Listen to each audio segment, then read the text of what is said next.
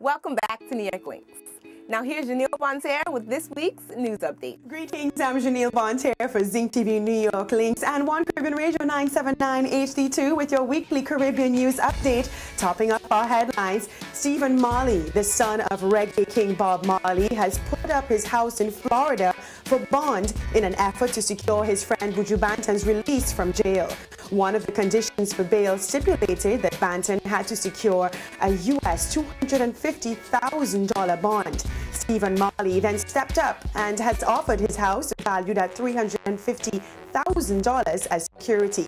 Banton must also sign a waiver of extradition to allow authorities to get him back in the event he flees the country.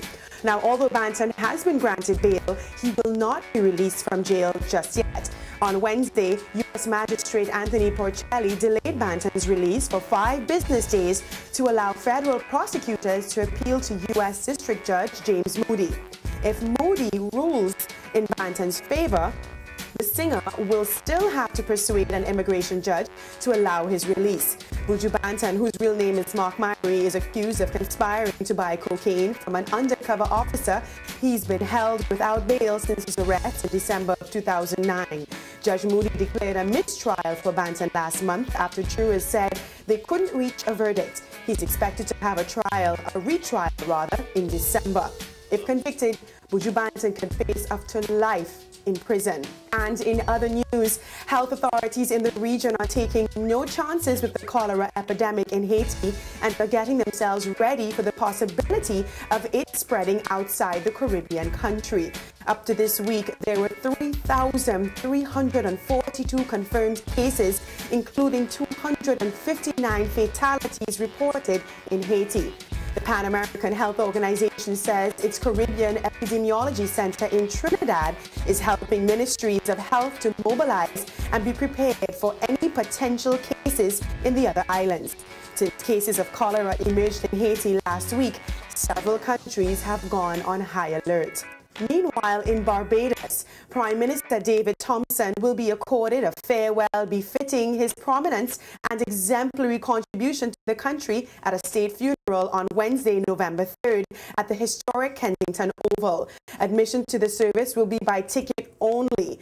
Barbadians have been given their chance to pay respects to the late leader as his body lies in state, and condolence books have been opened at various locations on the island. Later on in the show, our very own Richie Rich gets reactions from a few Barbadians in New York on the Prime Minister's passing. Of course, Prime Minister Thompson was a great hero and icon in his time. At just 48, he lost his battle with pancreatic cancer on Saturday, October 23rd at his private residence. Good news for fans of Mariah Carey and Nick Cannon. The happily married power couple are expecting their firstborn. Good job, guys. After months of media speculation, Mariah Carey and husband Nick Cannon have confirmed they are expecting their first child together. Mariah said she's due in the spring, wouldn't give an exact due date. Cannon, who joined Carey for an exclusive interview to share the news, said it was absolutely emotional. Cannon was referring to Carey suffering a devastating miscarriage 2 years ago after the couple's wedding, something that has not been made public until now. The happy couple said they conceived naturally and won't be finding out the sex of the baby before its birth. Congrats, guys. And wrapping up this week's news report on the reggae frontline, Jamaican reggae legend Gregory Isaac has succumbed to liver cancer. Gregory Isaac passed this week, sadly, at the age of 59 at his residence in London. His wife Linda and children Sandra, Maurice and Tommy, along with his grandchildren, were with him when he took his last breath. Linda said her husband passed peacefully, saying, quote, "Gregory was well loved by everyone, his fans and his family, and he worked really hard to make sure he delivered the music they loved and enjoyed. He will be greatly missed by his family and friends." His body will be laid to rest in Jamaica, where the government will take care of funeral arrangements. The singer, who emerged in the late 1960s, is best known for the song Night Nurse, Paris, which was released back in 1982. Gregory Isaacs has released more than 50 albums over a 40-year period. A day after his passing, fans have rocketed his music catalog to chart above all except Bob Marley. Isaacs' albums were currently charting highly in 7 countries up to Friday.